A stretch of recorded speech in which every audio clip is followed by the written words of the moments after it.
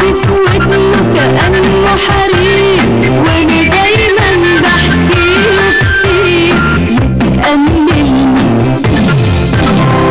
بعد ما تعرفنا على الاستاذ محمود شلبي من خلال اعماله الفنيه ومن خلال ما اضافه لينا، بيسعدنا ضيفنا النهارده يكون معانا الاستاذ سمير ابو الحمد. الاستاذ سمير ابو الحمد صحفي معروف وكاتب كلمه رقيقه وشاعر غنائي، واخر ما كتب يقول لنا ايه الاستاذ سمير؟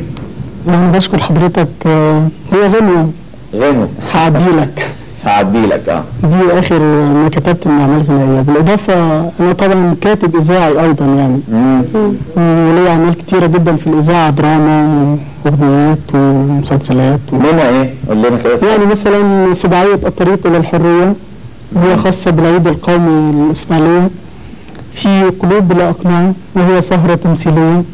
في الدراما النقديه اليوميه صور مرفوضه، وبتناول فيها أهم السلبيات المرفوضة في الإقليم بصفة عامة يعني العديد من السهرات والأعمال يعني. برضه هنشوف مع حضرتك جزء كده من أعمالك ويرجع بعد كده لحضرتك تاني نشوف مع بعض. لو قلبي عايش بعدك قريب وانت اللي بإيديك الدواء، هقبل أموت على إن أعيش أو نمشي مشوارنا سوا.